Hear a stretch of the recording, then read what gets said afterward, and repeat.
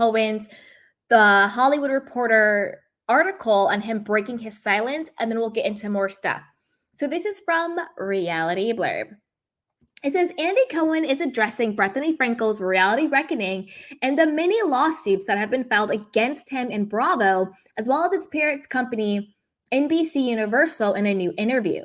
Amid allegations of drug use, alcohol abuse, racism, and sexism, the 55-year-old Watch What Happens Live host, who has been producing the Real Housewives franchise for nearly 20 years, looked back at his many years with the network as he reacted to Leah McSweeney's claims, shared why the Real Housewives of Orange County nearly didn't make it to air, and revealed the biggest challenges he faces with the series today. Producing a show about politically incorrect women in 2024 is different than producing a show about politically incorrect women in 2009, Andy said during a May 18th interview with The Hollywood Reporter. In 2009, when one of the kids called his brother a F word, which is a homophobic slur, we left it in the show and then discussed it at the reunion episode.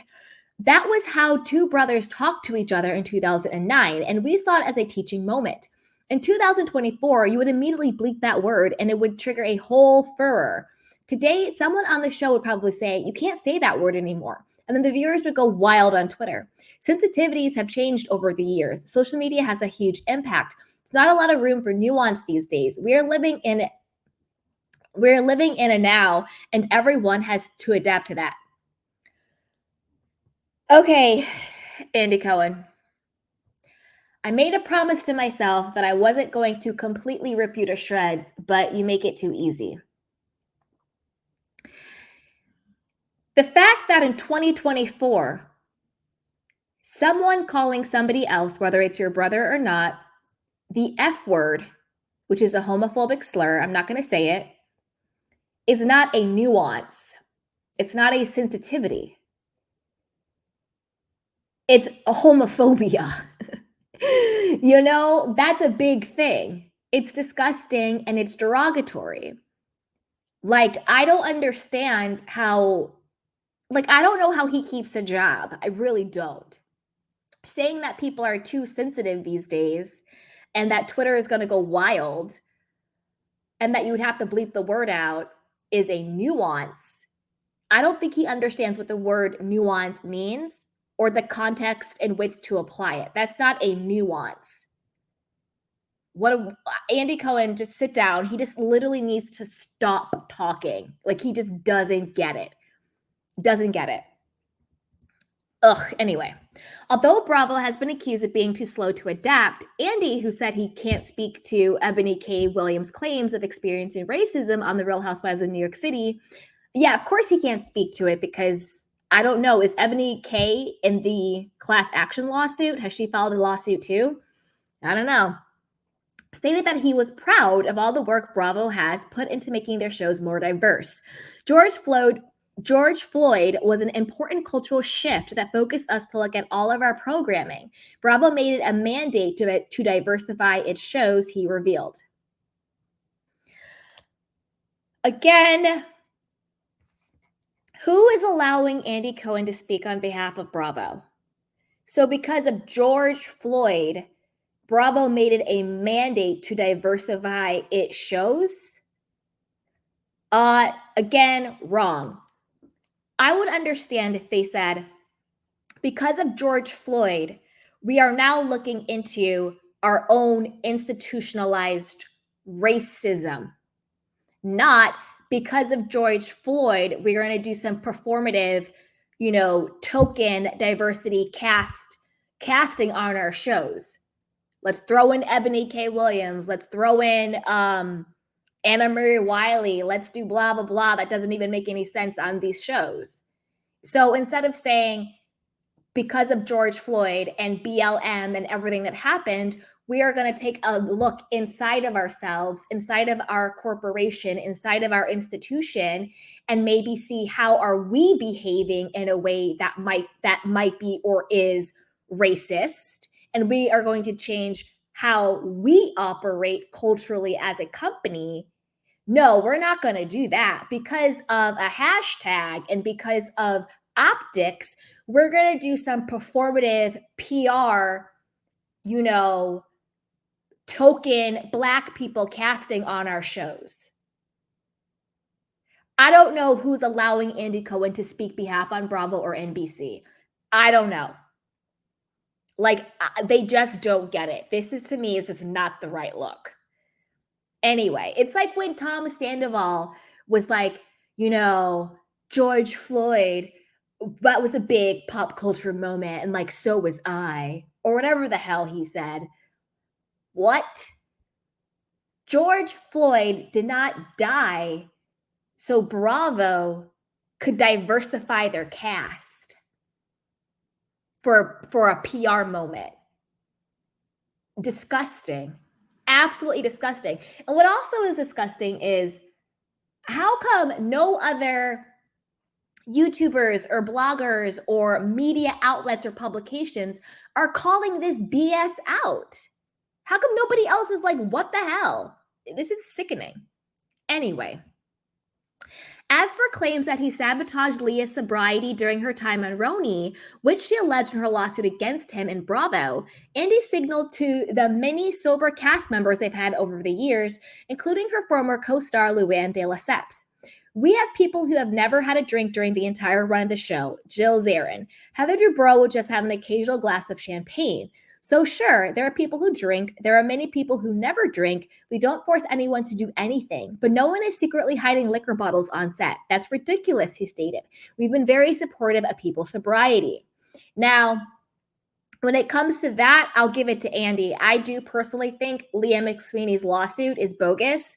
I think she's suing because it's Mad Day and she knows she's not going to be hired by Bravo anymore. So she's like, well, I'd rather just try and get this bag. I think, to me, it's a frivolous lawsuit. Like, I think it's just Mad Day and she's throwing anything at the wall trying to get a settlement.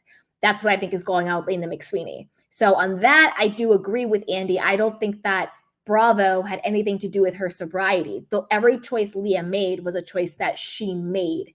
Nobody forced her to drink. Nobody made her do anything. That was all her. Okay?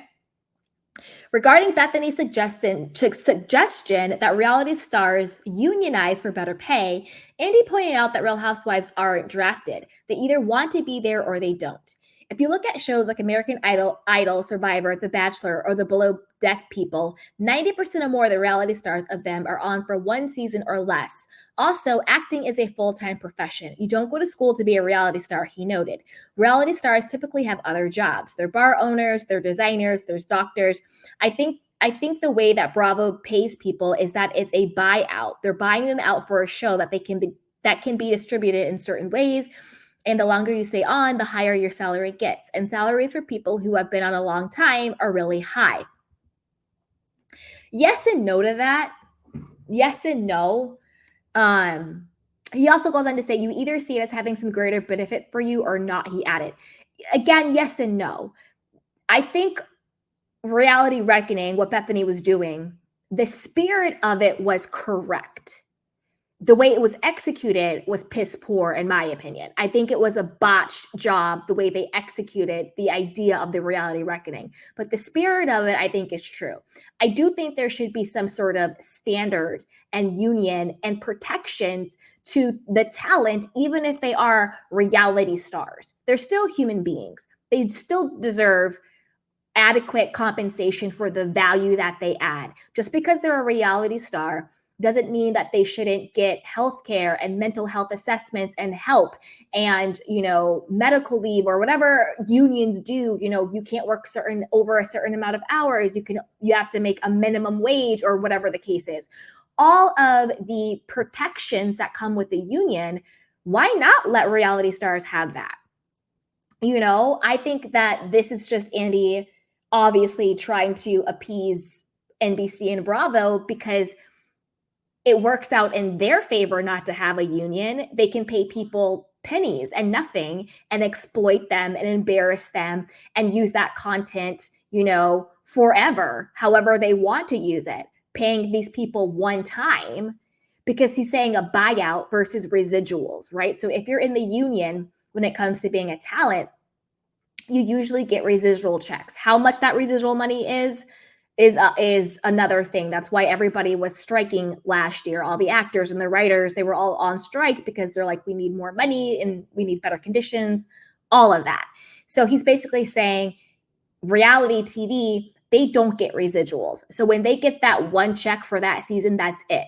But Bravo can then go play it on Peacock, on YouTube, on whatever they want to do over and over again, have marathons, and the talent, the people aren't getting paid every time it plays.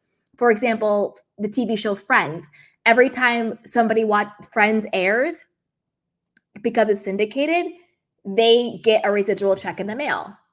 And that's what the reality stars want too. So yes and no to that. I think that the spirit of the reality reckoning was right. There should be protections in place. I don't care what your job is. As a human being, you deserve protection. You deserve basic decency and pay and Medicare and all of that stuff. Medicare, what is it called? Healthcare. You know what I mean? You deserve those things. You know, reality stars are not subhumans. They're still human beings. So miss me with all of that one. And also yes and no on the salary scale. Housewives is not based on tenure. It's or seniority. It's not. You could have a housewife come in, and if they're a big name like Denise effing Richards, they're going to offer her a big upfront money. She was like one of the highest paid on Beverly Hills because she was Denise effing Richards, which is why all of them were jealous of her. And they basically bullied her off the show because they were jealous. And that was her first season versus like Vanderpump Rules, where that is based on how long you've been on the show. So if you came on the show season 1, you're making more money every single year you're there. But say you come in season 6, you're making more of a base pay than the rest of the people, regardless of who you are. So it also depends on the franchise. It depends on the show, their pay structure as well. Okay. Because he and Bethany, 53, were quite close for years, Andy admitted to feeling hurt by her claims against him and the network before confirming he has no regrets. I'm super proud of what we built and of everybody who's been a part of it. I think most people involved with these shows have been very grateful for the platform, but there will always be a few with complaints. Obviously, it's no fun to be a target. So yes, it's hurtful, but I have no regrets about the way I've handled anything he stated. I know what the truth is and how I've conducted myself, and I will walk tall every day on that. Following the successful hosting of BravoCon last year, fans were stunned to learn that the show would not be returning this year, but as Andy shared, the event is no easy feat. But as Andy shared, rather, the event is no easy feat. Pulling that together is a massive undertaking. We had 150 or 160 Bravo stars there last year, plus 30,000 people and hundreds of moderators and press. And then we did 5 episodes of Watch What Happens Live in front of 2,000 people. It was just a tremendous amount of effort. And when it ended, I remember saying to NBC chairman Francis Berwick, maybe we should skip next year or do it in a year and a half. It will be more special that way. But ultimately, it was a Bravo decision, not mine, he added, shutting down rumors that he was to blame.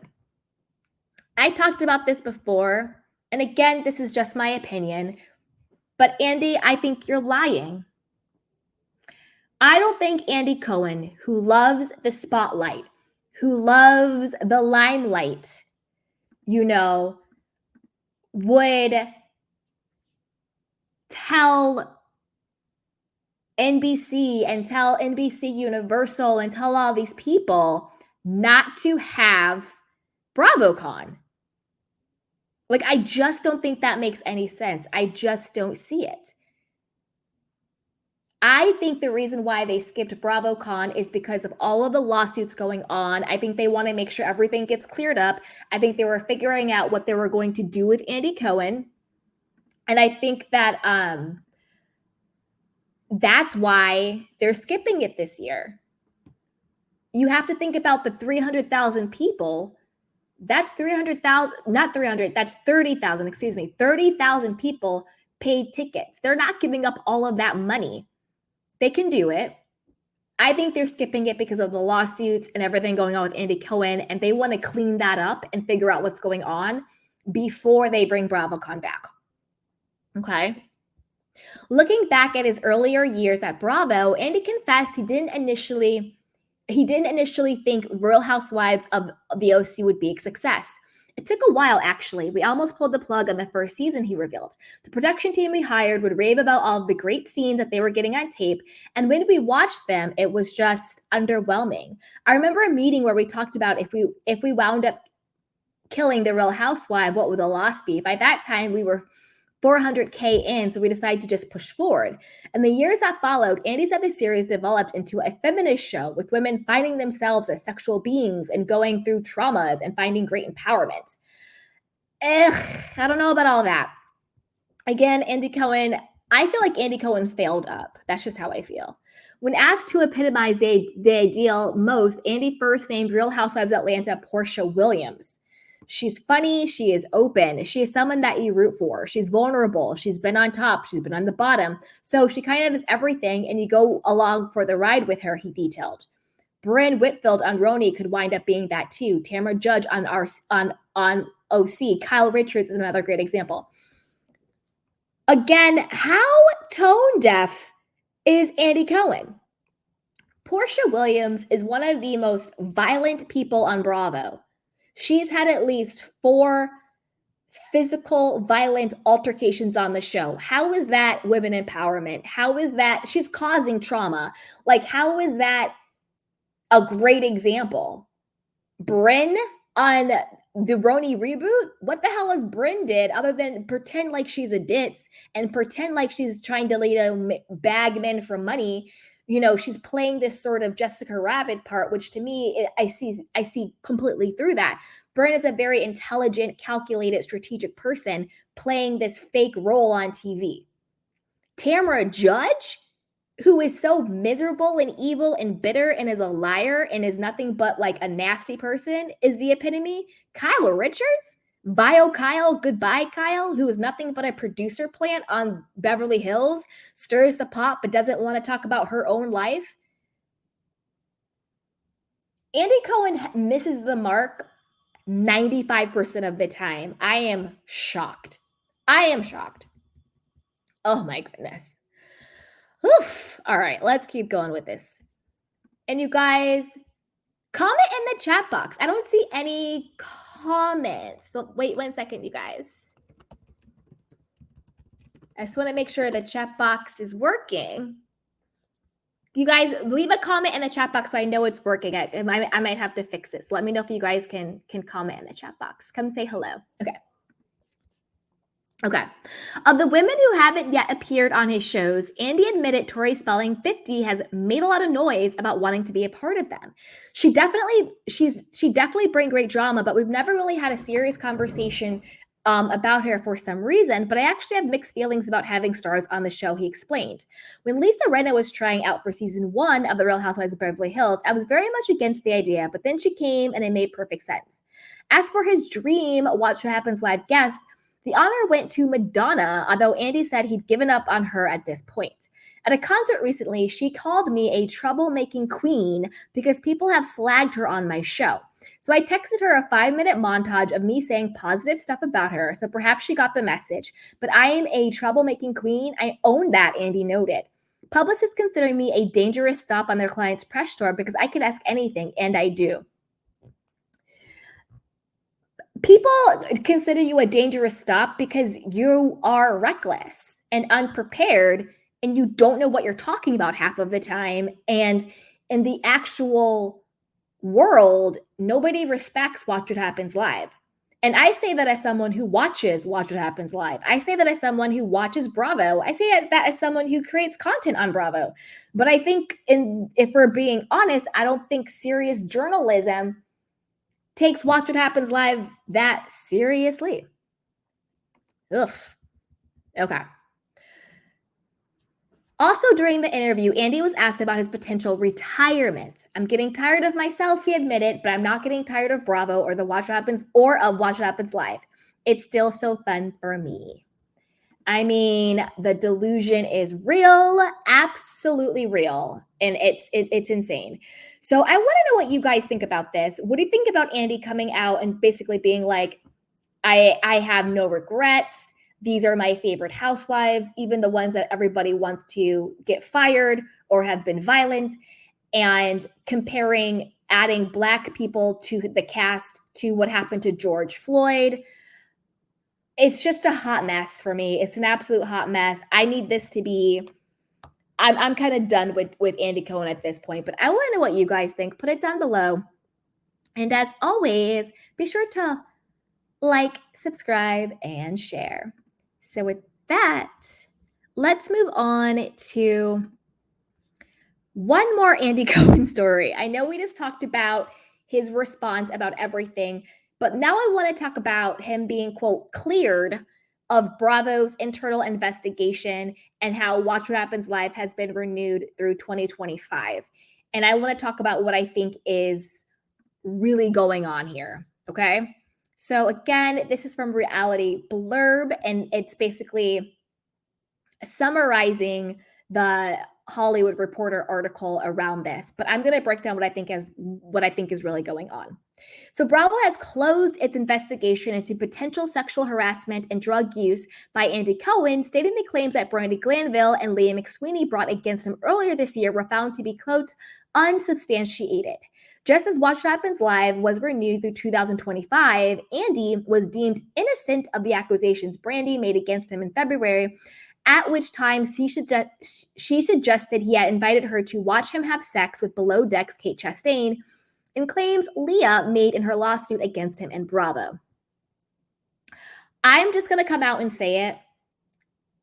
Bravo and NBC, in my opinion, they're clearly just protecting Andy, not because, and again, I'll say my opinion, he's actually innocent of these claims, but because it's mutually assured destruction.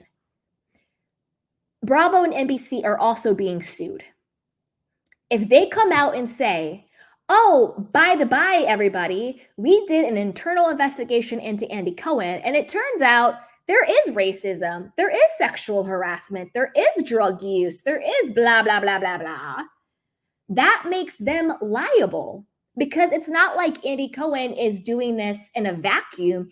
He's doing this as an executive, as a boss of the people who are suing them, which makes the company NBC Universal legally liable for the actions of Andy Cohen.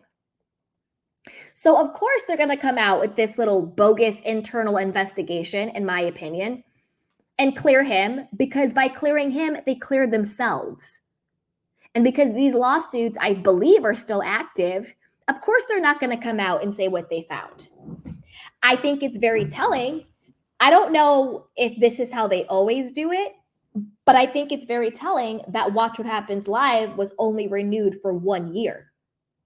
We are halfway through 2024. This is saying Watch What Happens Live is renewed through 2025.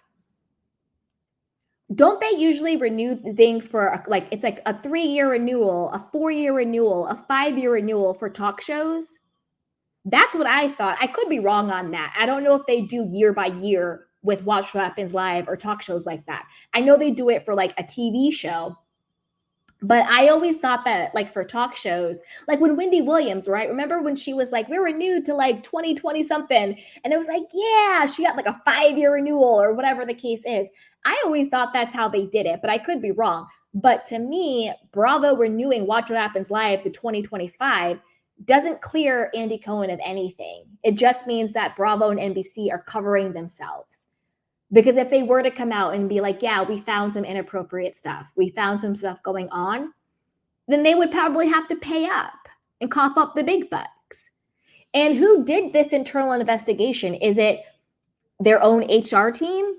You know what I mean? Who investigated this? Who investigated this? The outside investigation into the recent allegations made by Brandi Glanville and Leah McSweeney against Andy Cohen has now been completed, and the claims were found to be unsubstantiated, a Bravo spokesperson told Page 6 on May 9th. In February, after Brandi, formerly of the Real Housewives of Beverly Hills, targeted Andy with a legal threat, stating that his alleged proposal was an extraordinary abuse of power, Andy defended himself on Twitter insisting that his comments was an inappropriate joke. Okay. How is it then an investigation says that the allegations are unsubstantiated when Andy Cohen himself said it was inappropriate what he did? How are both things true? How did this investigation say that your claims are wrong, but Andy Cohen publicly came out and said, yeah, I did it and it was inappropriate, but it was just a joke? Excuse me? How am I like, is the problem me? Like, I'm confused. How are the claims unsubstantiated when Andy Cohen himself said, yes, this did happen and it was inappropriate, but whatever, kiki, ha ha, I was just joking. Ridiculous.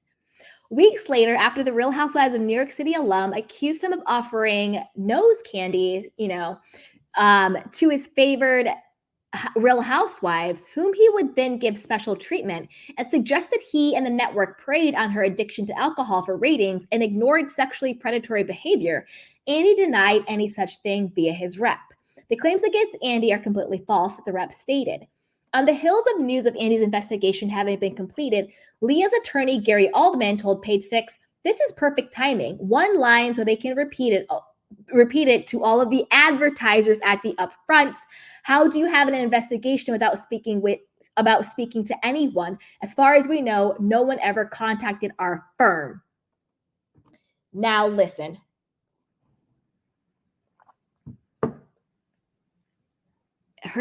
Even though I personally don't agree with Leah's lawsuit, I do think she's only suing because it's Mad Day and she wants a settlement.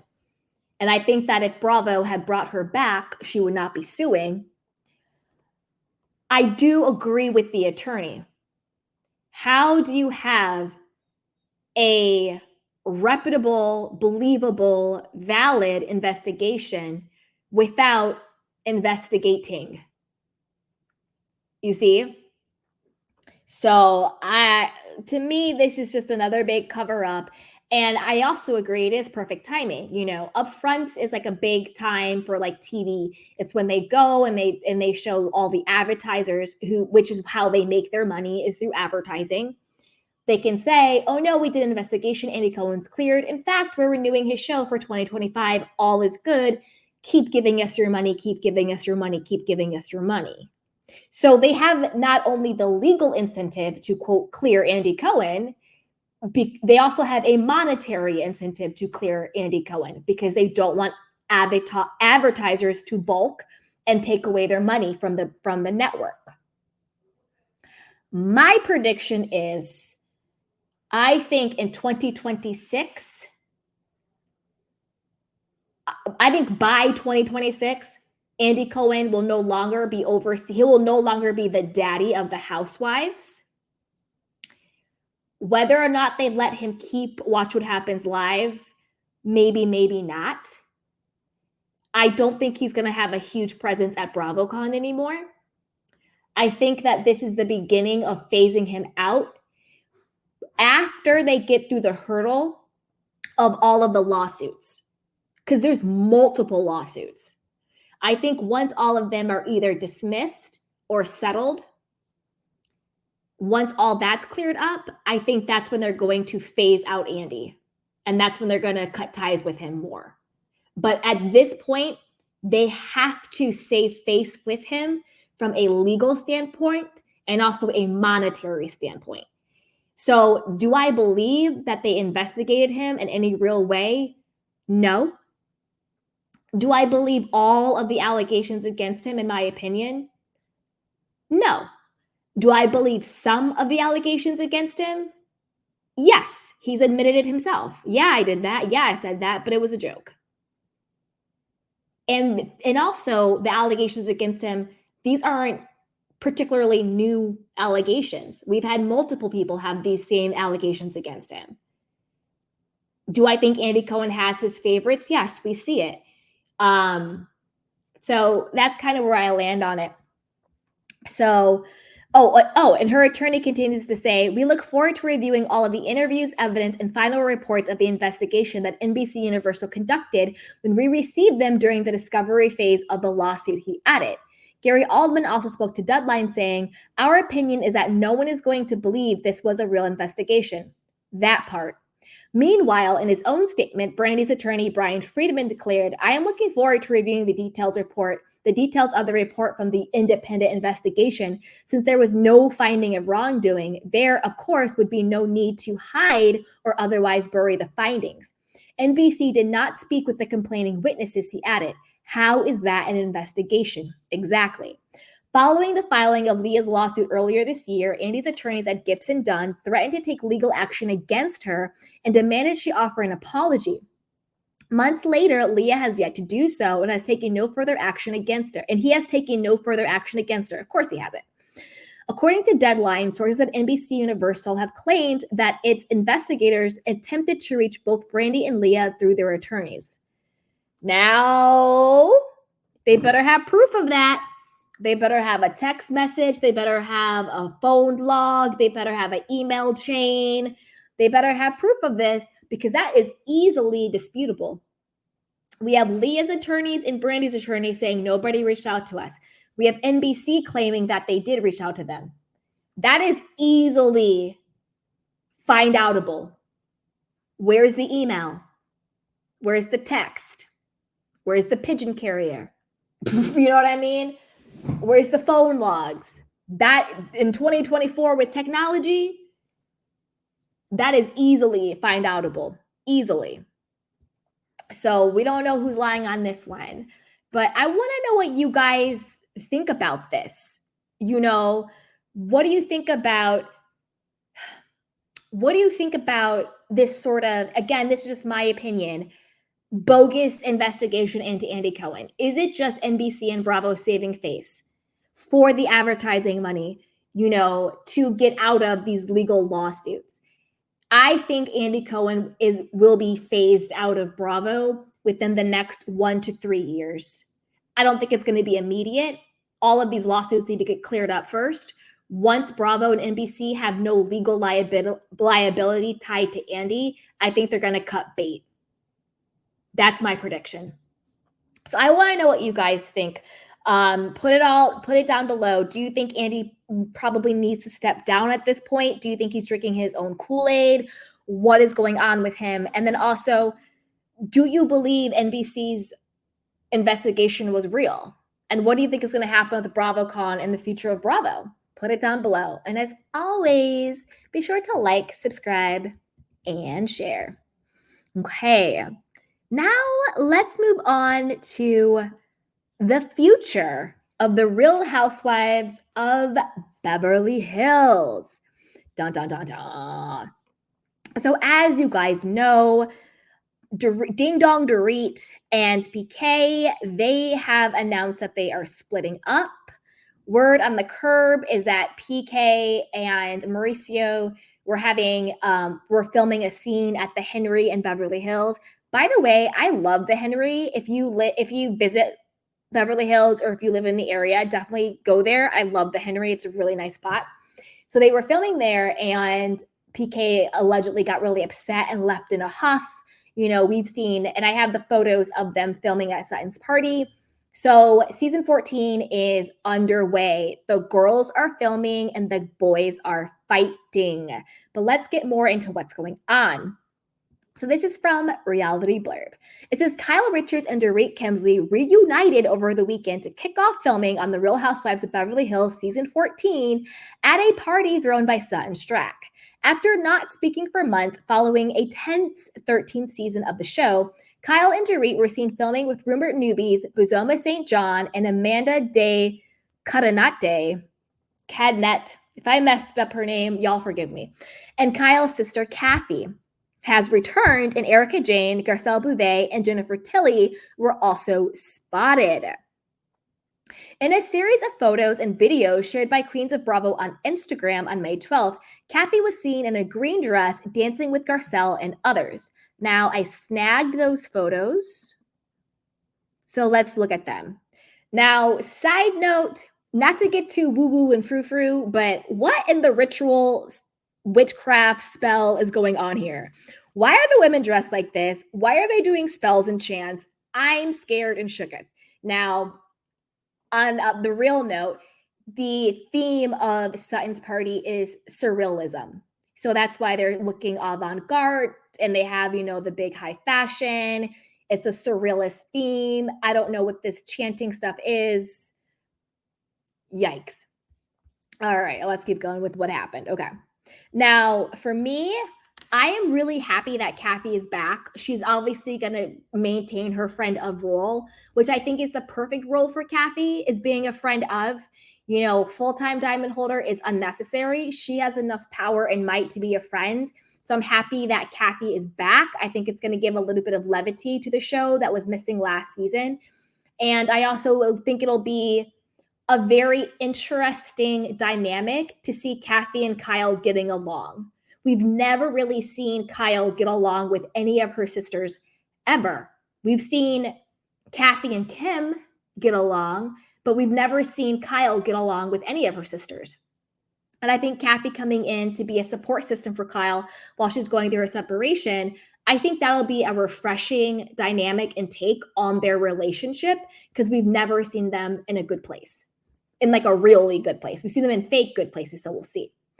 Kyle and Dorit were also seen sitting at a table together in over-the-top headpieces, with Kyle wearing a fancy floral antlers and Dorit in a very wide rim hat. Okay. Let's talk about Kyle and Ding Dong Dorit. So, as we know, both of them were given ultimatums by the producers regarding coming back to the show. Kyle's ultimatum was, you have to be honest about your relationship with Morgan or you can't come back to the show. But Andy Cohen, when was asked on Watch What Happens Live by Andrea Canning, who I love, by the way, love her, he said Kyle is always asked back, Andy, shut up. Because number one, you actually don't have the power to hire or fire any housewives. You haven't had that power since 2013.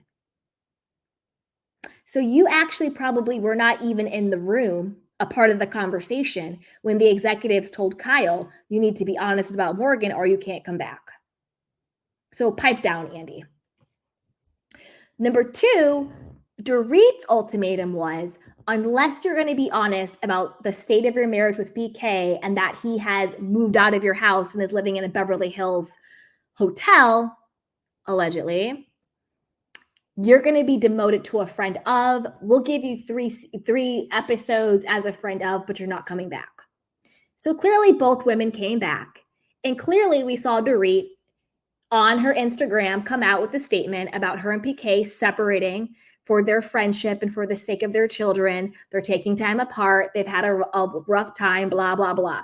So Dorit clearly said, I need my Bravo check and I'm just going to have to open up about what's going on because I need the money and I want to be on TV. I still want my 15 minutes of fame. And let's be honest, they need the check, in my opinion.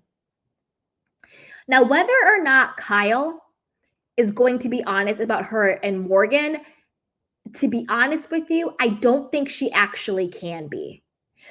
Because what I think the truth is that her and Morgan were a PR relationship. It never was what they were trying to make us believe. Again, that's just my opinion. I don't think it was this Kyle is a late in life lesbian and she's having this affair with Morgan, who's barely 30 and blah. I never bought that for a hot second. I think Kyle was going through it. She found Morgan music. She reached out. Morgan's team was like, this is a great opportunity to make some money, to get to go mainstream. And so it became a friendship/relationship of mutual benefit and convenience. And the whole lesbian storyline, they milked it, is what I think. And Kyle can't say that. She can't be like, yeah, I was just lying because I wanted to be relevant. I wanted to make Mauricio jealous. I was going through it. Morgan can't come out and be like, yeah, I was just, doing it because my agent told me to do it for ticket sales and merchandise sales and to get a bump in social media and to raise my star profile. So they can't tell the truth, in my opinion. They can't. I don't think we're going to see Morgan. I think that Morgan is just going to be phased out. Morgan's already like, I don't know where Kyle is. I haven't talked to her in months. She scrubbed her Instagram account of anything to do with Kyle. We haven't seen her post about her. Kyle is out here saying, Morgan is one chick I text in the morning. Everybody blows up this friendship, yada, yada, yada.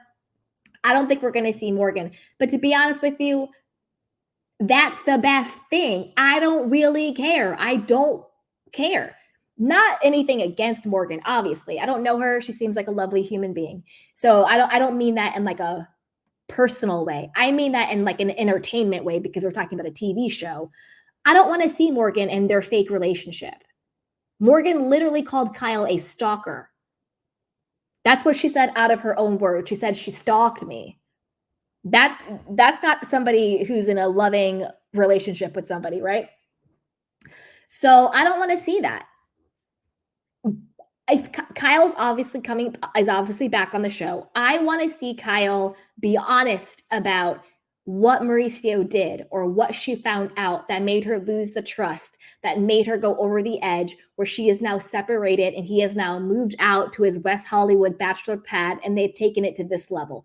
What really happened? Is it the Dorit cheating allegations? Is it the resurfaced rumors about the trans sex worker affair? Is that what happened? Is it the fraud cases? Is it him not being there for her emotionally when her friend passed away? Is it a combination of all of those things? But I want to know what's going on, the real going on in her marriage. And then also, do we want to see Kyle dating? Do we want to see her in her single girl era? That would be wild to see Kyle kiss another man or date somebody on TV when she's coming out of a 27-year marriage. At this point, they've been married maybe 28, 29 years. It's 2024 at this point, right? That would be wild to see Kyle date. But I need something that's authentic and real from Kyle, not her just attacking people for asking normal questions on a reality TV show, not her telling us it's none of our effing business, not her having flying monkey mouthpieces, no more Teddy Mellencamp's, no more Ding Dong Dorits, no more Anna Marie Wiley's, and it better not be Kathy, because I really like Kathy, but Kathy, you can get it too. I don't want anybody coming on the show and being Kyle's mouthpiece and bodyguard. It's enough. Kyle's a grown woman. She comes after people in their lives all of the time, talking about we need to be honest, we need to tell the truth. This is what you signed up for. Well, you too, Kyle. So I don't want to see anybody being her guard dog or her mouthpiece. I need Kyle to put her big girl panties on and tell the truth and be honest and show us what is really going on. Because you have amassed a $100 million fortune for you and your family being on our TV shows pretending. I want a refund unless you stop pretending. Now, I think the big storyline is going to be about Dorit and PK, and is there infidelity? Is there bankruptcy? Is there fraud going on? I think we're going to get realness and juiciness from them. I think it'll be easier to get realness and juiciness from them. I'm interested to see what happens. I don't want it. I need it in like a pathological way.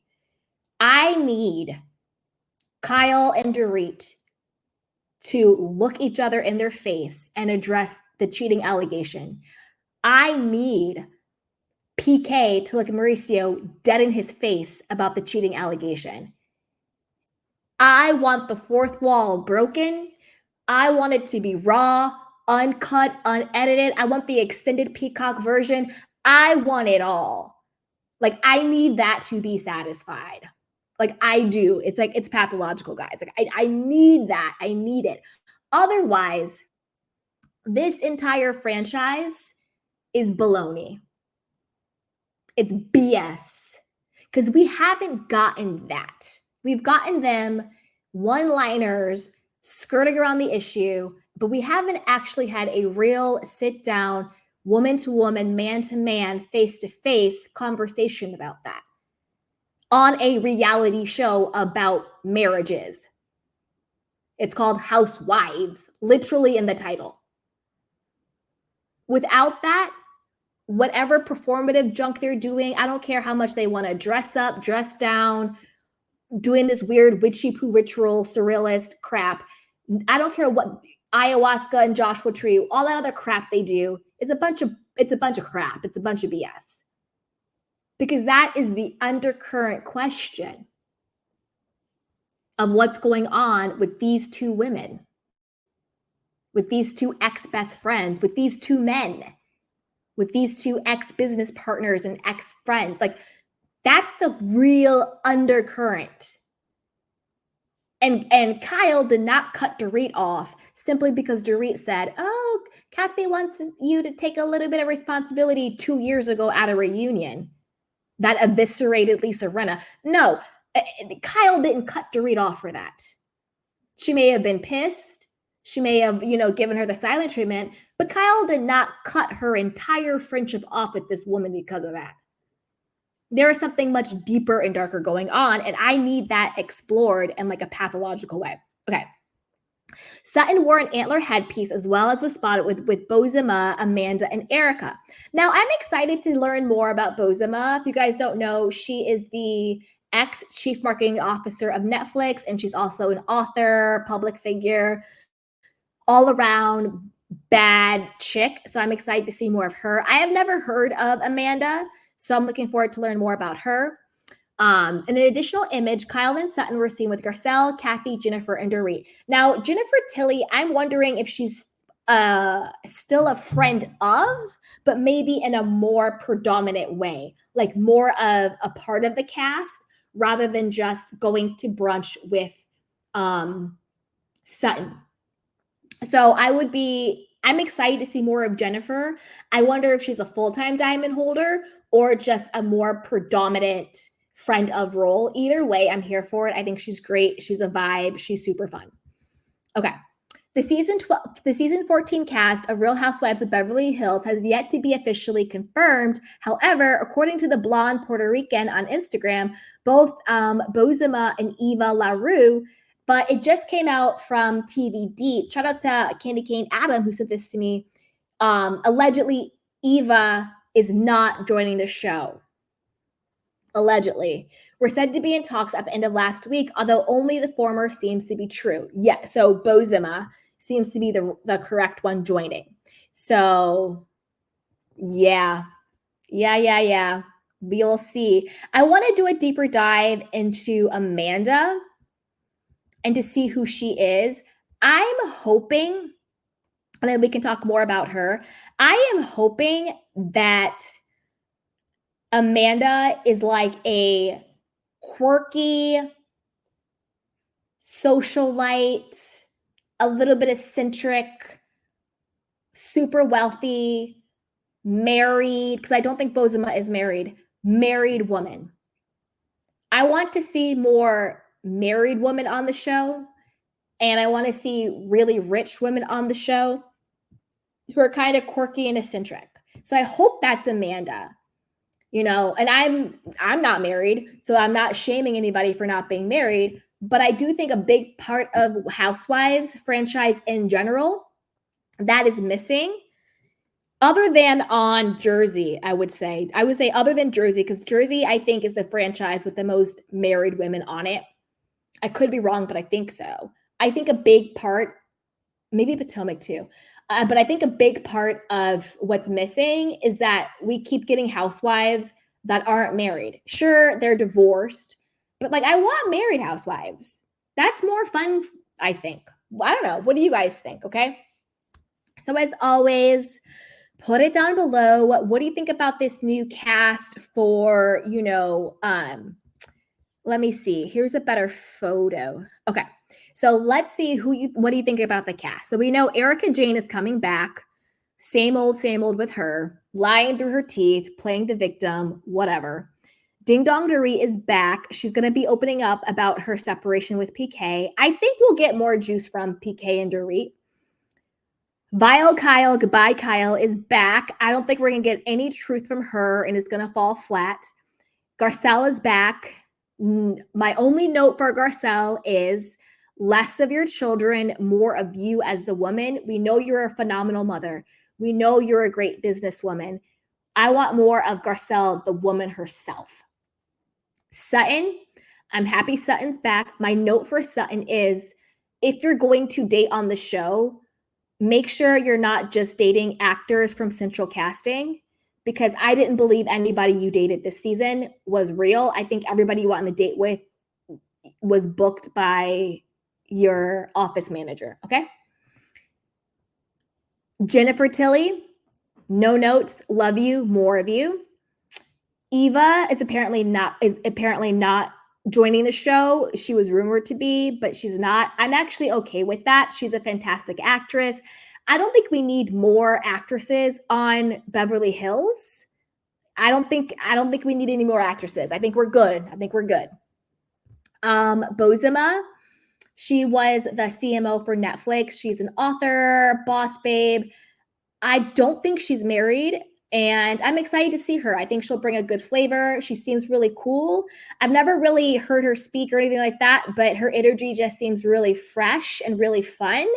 So just on a gut level, I feel like I'm going to really like her. I think she's going to be very fresh and very fun, very outspoken, a little bit of life and joy added to the show. I hope. That's my gut feeling on her, but we'll see how that shakes out.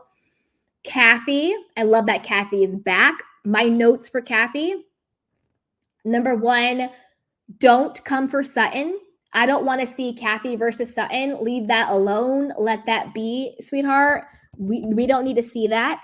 Also, yes, of course, you can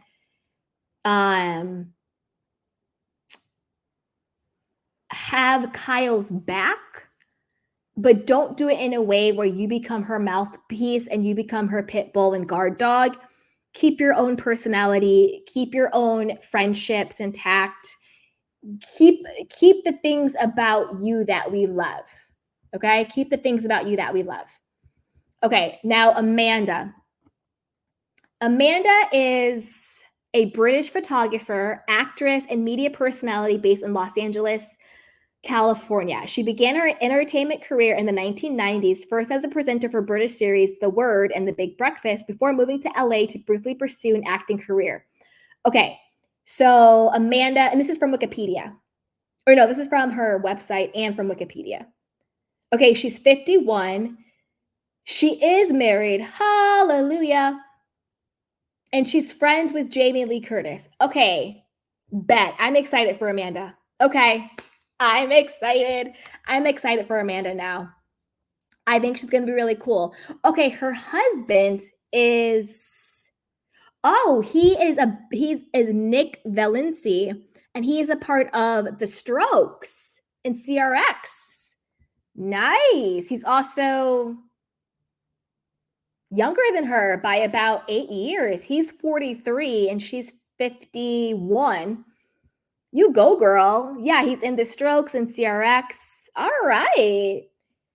Okay, I'm excited. All right. I am excited for this now. I'm excited for this. I'm excited for Amanda, and I'm excited for Bozema. Chef's kiss, bravo. Chef's kiss. Good job on your casting. I think that's going to be really fun and really great to watch. So I'm looking forward to it. So as always, I want to know what you guys think. Put it down below. What do you think about the new housewives, the dynamics? And yeah, I think I'm getting excited for it, and they're starting to film. So as always, be sure to like, subscribe, and share, and leave your comments down below. So our last story, I just had to go back to our BFF, Andy Cohen.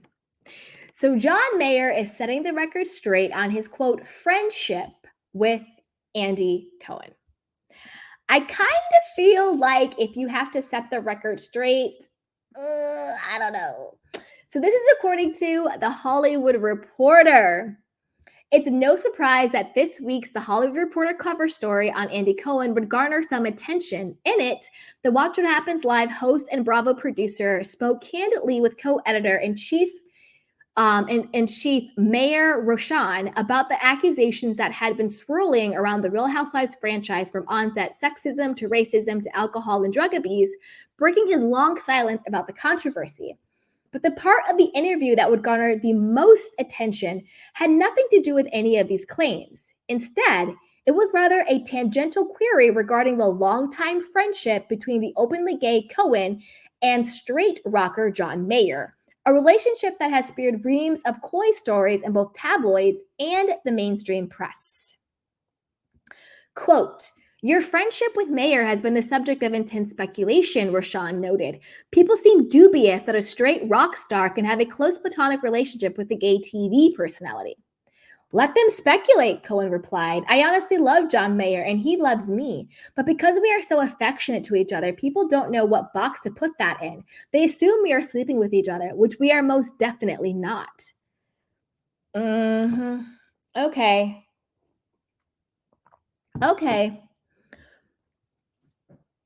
Now, disclaimer for any new candy canes. Whenever we talk, and you guys are going to hear me say this ad nauseum, but I will always want to repeat it. Whenever we talk about sexuality, it's coming from a place of inclusivity. I believe everyone is equal. So if I'm going to, give it to the straight people, I'm going to give it to the gay people, I'm going to give it to the trans people, I'm going to give it to the bi people, because we are all equal. And it's all coming from a place of love and inclusivity. So if we talk about sexuality and we get candid and we get frank and we get honest about it, it is by no means to be hateful or shameful or any of that. I just think we can all get it because we're all equal. Okay. The reason why people speculate about John Mayer and Andy Cohen is because of photos like you see on the screen. To me, that is more than a friend. If any of them, John or Andy, were a woman, you would have the same speculation. If it was two women, if it was Kyle and Morgan, same speculation. If John was a woman and Andy was a woman, same speculation. I don't hold my platonic friends like this. I don't. My man will hold me like that. Or if or your husband or your wife or your boyfriend or your girlfriend or your lover. This is not how two platonic people hold each other, in my humble opinion. But people have different ways of showing affection. Don't they also live together? I heard, and I could be wrong, that John and Andy live together. Again, maybe platonic friends, but two people who are multimillionaires, both in their own right. Why y'all shacking up? They both are multimillionaires, and you need to tell me y'all need to shack up and live in the same house? Are you saving money? I'm confused. Why y'all shacking up? And I don't care if it's two men, two women. I don't care. Doesn't matter. Doesn't matter. There would be the same speculation if it was the opposite sex. Because how you're moving seems like, to be honest, John Mayer and Andy Cohen, in my personal opinion, have more sexual chemistry than Kyle and Morgan ever did, in my personal opinion. And for him to be like, well, let them speculate. Boy, bye, Andy. Boy, bye. Okay. This snippet in a 5,000-word interview quickly went viral, with dozens of news outlets from CNN to the Daily Mail to Yahoo News picking it up. More surprisingly, the question caught the eye of a certain rock guitarist, Mayer himself, who was moved to write The Hollywood Reporter the following response, which is printed in here full, and it's on the screen, so I'll read it to you guys. "Hi, Mr. Roshan. I read your interview with Andy Cohen and was intrigued by your line of questioning regarding our friendship. You posited that, quote, your friendship with Mayer has been the subject of intense speculation. People seem dubious that a straight rock star can have a close platonic relationship with a gay TV reality personality," end quote. I think this is somewhat of a specious premise. First, there is a long and storied history of, quote, rock stars, not mocking, just won't refer to myself as one, being gay icons and artists. Second, I think that to suggest that people are dubious of a friendship like mine and Andy's is to undermine the public's ability to accept and understand diversity in all facets of culture, be it in an art or in real life. I'd like to think they're sophisticated enough to see a relationship like ours without assuming it must include a sexual component. That turns the concept of being gay into an ignorantly two-dimensional one, which I know you know it's not. I don't question that at all. I love intelligent discourse, and I hope you'll find this email to be, but I bristle at the selectively flimsy logic meant to coax an answer when the premise itself is so deeply flawed and quite possibly not even quantitatively true. Quite simply, if someone is dubious of a platonic relationship between a straight man and a gay man, I don't think that shallow a view deserves clarification by anyone with self-respect, be it Andy or your publication. Reinforcing the idea that any gay/straight relationship needs qualification, that it's not sexual, devoids anyone involved of their dignity. Respectfully, John Mayer. John Mayer, shut the hell up. That to me is a response that he had to use the thesaurus, the dictionary, Wikipedia, Google, all of the things to put together that nonsensical, trying to sound smarter than you are, using big words out of context that stringed in a sentence literally mean nothing. John Mayer, shut the hell up. Shut the hell up.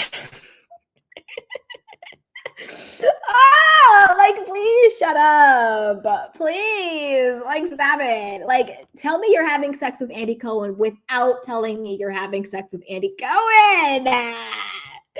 Get out of here, John. This is the thing. Nobody is questioning whether or not a gay man and a straight man can be friends. Nobody's questioning that. How you, and by you, I'm talking to you, John Mayer, how you and Andy Cohen interact is sexual. Andy literally said the affection we have with each other. You allegedly bought a house together. Why? Like I just literally said 5 minutes ago, both of y'all are multi-millionaires. I'm guessing you could buy a house on your own.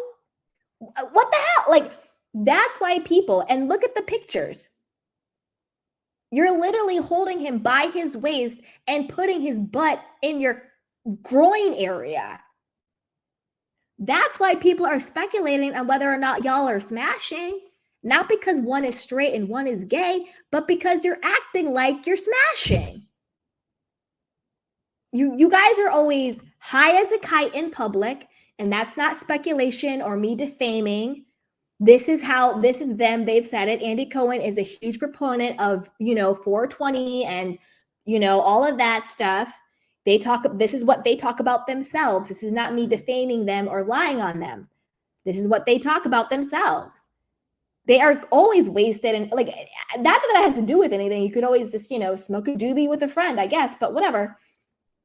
I digress. What I mean is, it's not because John says he's straight and Andy says he's gay. It's because of your actual behavior towards each other that people speculate. John, you could be a woman, or Andy could be a woman. It could be opposite sex, and we would still speculate. The fact that you had to bring out your thesaurus and use words that you probably don't even know how to spell and have never said before in the world, thou does protest a little bit too much, John Mayer. This is going to require a very strongly worded email from John Mayer to the editor of The Hollywood Reporter. How dare you ask Andy Cohen a question that everybody in the world has been asking in a expose interview in a publication? Excuse me, John Mayer, this man was literally doing his job. But you're going to write a strongly worded email with all of these big, bad words that you learned on Grammarly. Boy, bye. Go write a song. Go talk to Sheena Shea. Go threaten Taylor Swift. Because John Mayer, you are highly sensitive. And don't send me an email, John Mayer. I'm not saying you're sensitive by I'm not saying that because of gay and sensitivity. I don't mean it that way. I'm not equating being sensitive with being gay. So don't even come at me with a strongly worded, Googled worded email. What I meant by you're highly sensitive is that you are a very sensitive person. And what I mean is when Sheena Shea, who in the stratosphere of the world, John Mayer was clapping back at when Sheena made the insinuation that she had hooked up with John Mayer, which she has been saying for years, by the way. This isn't the first time she brought this up, that her body is a wonderland. And I believe Sheena. I don't think Sheena is lying about her body count. I don't think Sheena is lying about hooking up with John Mayer. John Mayer, who you would think would be busy hanging out with Andy Cohen in their shared house in the Hamptons, he had the time to clap back at Sheena Shea, at Shishi. That's what I mean by you're highly sensitive. If I'm a John Mayer, I'm not clapping back at a Sheena Shea. That's going over my head. That I don't have time for that. Whenever somebody who should be, whether it's economically or socially or statusly or clout or celebrity, is clapping down at somebody, not that anybody inherently on a human level is better than anybody else, obviously not. I'm just talking about the layers and levels to quote celebrity and influence and power. That's what I mean. Who is supposedly beneath you in that celebrity stratosphere. When anytime somebody is clapping down to someone, to me, you're being highly sensitive and you're defending something because a hit dog will holler. That's what I mean by you being highly sensitive, John Mayer. And the fact that you felt the need to clap back at the chief editor of the Hollywood Reporter, which is a very respected publication in the entertainment world. This isn't a reality blurb we're talking about. This isn't a,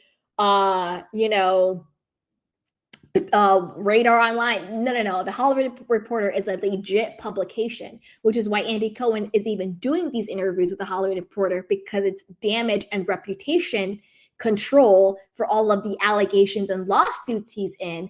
But anytime you have someone who should be up here clapping down at a reality star down here, to me, it means you're guilty. Because people who are, quote, up there don't have time to clap down to nonsense. But you're clapping down because you're trying to hide something. You see what I'm saying? So I just can't with Andy. I can't with John Mayer. Like, I'm sorry. This is why people speculate, John. Maybe don't have your hand all on this man's butt and pushing him in your groin area. You know what I mean? Looking like y'all about to go smash after this to celebrate. Maybe don't do all of this and then wonder why people are asking if you're smashing. It has nothing to do with the fact that anybody has any issue or problem with a straight man being friends with a gay guy. Nobody cares. Nobody's checking for y'all like that. But the way you move adds to speculation.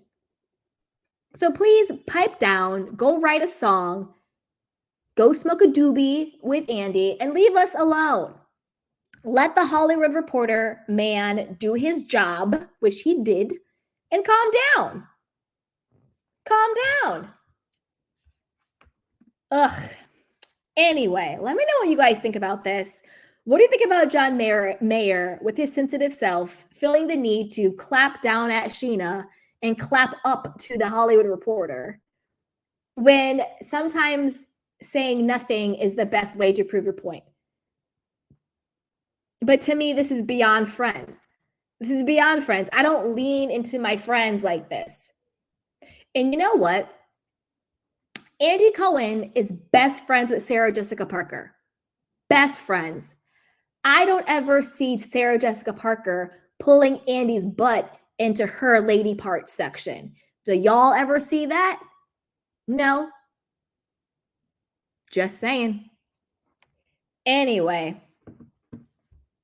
put it down below. Let me know what you guys think. And as always, be sure to like, subscribe, and share. So with that, I'm going to drop the link in case anybody wants to come up and chat with me. If not, I will go through your candy cane questions and comments.